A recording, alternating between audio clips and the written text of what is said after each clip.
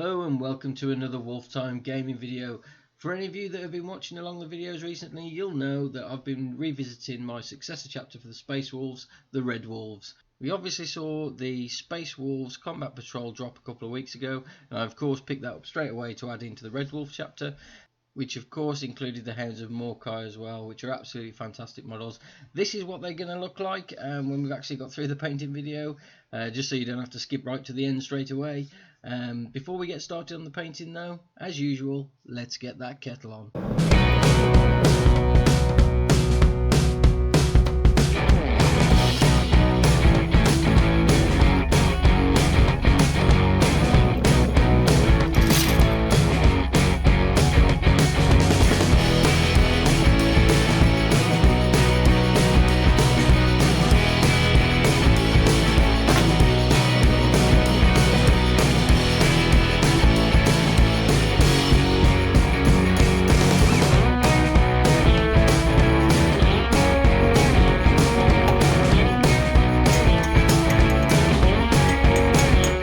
Okay, so the first thing, as usual, is to actually get some of the base coat down on the model. As you can see, I've already painted the bases.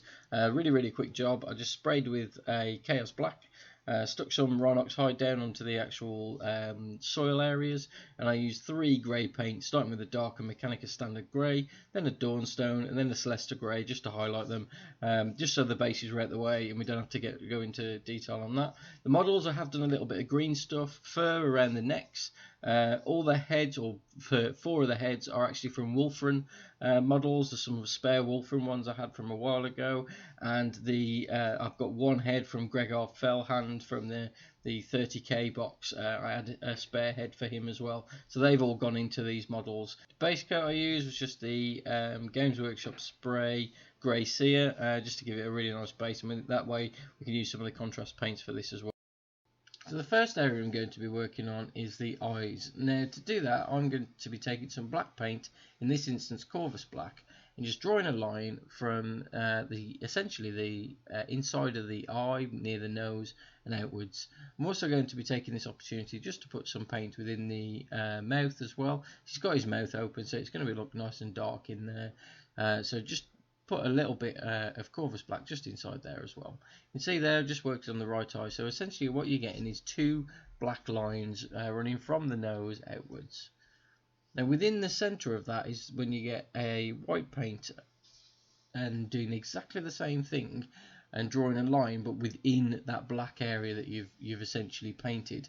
So all you got to do is get a little bit of paint on your brush, just at the edge, at the tip of the brush, and draw a line straight from the middle of the eye outwards. And this essentially is the eyeball itself. And the next step is the actual iris. It's iris of the eye, and all you need to do is get a little bit of black paint and just to dot it into the centre of the eyeballs, or into the direction you want your character to be looking. Try not to go too far to the sides of the white area, because it essentially then just fills the whole thing with black again. But by putting this, you're essentially creating that. You don't need to use colours of things. You've got to remember that from 3 foot away, when you've got these figures on the tabletop, you can't even see their eyes, so you don't necessarily have to go into this much detail with that. The next area I'm going to be working on is the skin, and I'm going to start with a contrast Gulliman flesh and just put this straight over the top of the skin all across the face, avoiding the hair as much as possible. Even though I'm not going to be using a contrast paint for the hair, I don't want to actually get anything on there because I want to have it a nice clean area that I can actually work on. You can see straight away with the contrast paint, it does drop down into the recesses really nicely, and you don't actually have to go to any other effort or put any other paint on there to actually get a decent effect. You could leave it at this stage. I wanted to add a little bit more colour to it, so I actually got a contrast Fire Slayer flesh as well, and all I'm going to do with this is just put it into the recesses, so just above the bridge of the nose, either side of that area there, and just around the actual nose itself and mouth, just to try and highlight or darken those recesses a little bit more. And I think the Fire Slayer flesh is a perfect colour to do that. To highlight some of the areas as well, I have used a Kislev flesh just on the edges of the nose, just a few of the raised areas, just to give that a little bit more of a highlight. So then moving on to the armour and the actual model itself, and to do that I've used Contrast Black Templar. And essentially I'm just coating this completely. Now I know the Hounds of Morkai are this sort of dark bluey grey sort of a colour in Canon, but I actually really wanted these to be different, so I've gone with the contrast Black Templar and covered the whole model with this, as you can see, apart from all the areas which would be belts and pouches and weapons, grenades, that sort of thing, that I've left completely free, but the Black Templar is covering essentially everywhere else, including his actual bolt gun as well. Now I popped him on the base now, so it's a little bit more easier to handle, and I've moved on to the next colour, which is Contrast Wildwood. I'm using this on all the fur around the neck area that I've added with green stuff, and also all the pouches, belts, anything like that that's around the model. It's a great paint to start off with. You can add highlights if you want to, however this just drop into the recesses with it being a contrast paint as well, so it actually darkens some areas and gives you those natural sort of highlights at the edges of all the areas that you can see here, and I think it's a really good paint to give you a really good mid-brown. Now I moved on to the actual shoulder pads as well. So in this instance I've used Celestra Grey just on the left hand, his left shoulder pad, and I've done that with all of the Space Wolf chapter that I'm currently painted, the Red Wolves. They've all got this Celestra Grey shoulder pad, so I wanted to follow that theme. The opposite shoulder pad I've gone with Dawnstone, because essentially this is usually the colour of the armour, but again I wanted it to stand out because I can't use, or didn't want to go with black for it, because I wanted it to look different in comparison to the rest of the armour. I didn't want it to blend in too much, so I've gone with the Dawnstone because essentially that's the colour of the armour of all the other Marines within the force, and I wanted it to sort of follow suit a little bit there, so it looks like it fits in a bit more.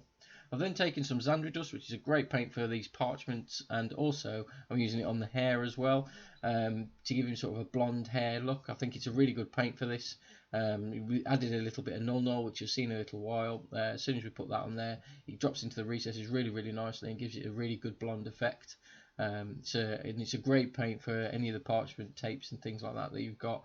Any parchment paper and stuff that's actually on the models. Xandridust is perfect for those sort of areas. Just taking my time around the beard as well, because obviously we've already painted the face, so we don't want to go over that.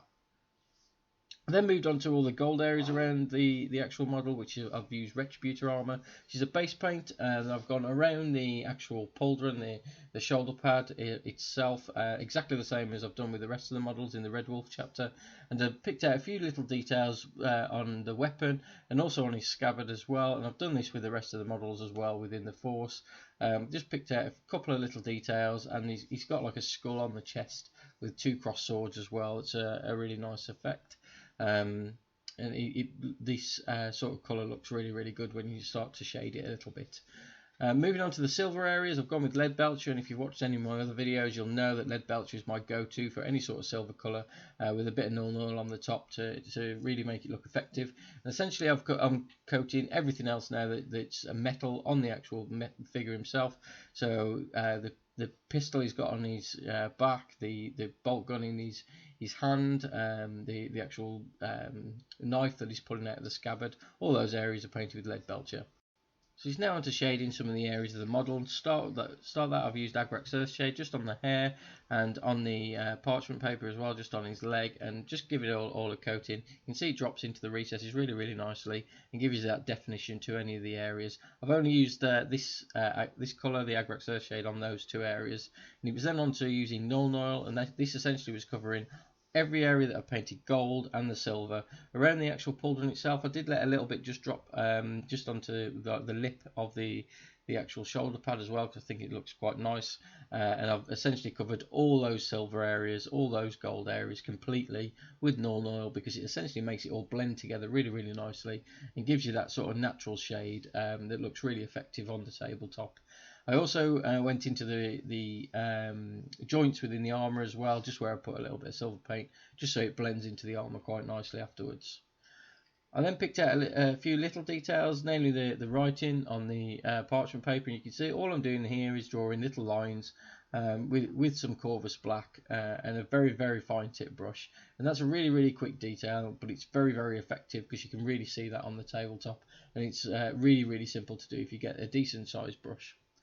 The pack markings on his right shoulder pad, in this instance, is one triangle in the centre, one large triangle, and two smaller ones either side. You could do this however you want to. This is just an easy one that I picked to go with, essentially nice and symmetrical, so it was easy to paint, and it looks a little bit different on the table as well, in comparison to the other pack markings I've already done with the Red Wolf chapter anyway. And that's all the painting complete for the models. As you can see, they look absolutely fantastic. I have had a little bit of snow just on the bases. It's the Valhalla Blizzard just from Games Workshop.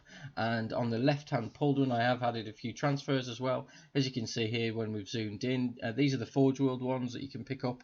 They're a little bit pricey, but I think they look really effective with this sort of light Celestra grey. And one sheet of this has done my whole force so far, so I think it's really good value for money. The models look absolutely brilliant. You can see just from those few details, using those shading, using the contrast paints, you can get a really good looking model on the tabletop relatively quickly and relatively cheaply using not many paints as well. Well, I hope you enjoyed watching this video. Make sure you do hit that subscribe button to see any future ones. I've got lots and lots planned. Make sure you do go and check out the videos that we've already done as well. I've done lots on the Red Wolf chapter, and I think you'll really like them. But yeah, thanks for watching, guys, and I'll see you in the next one.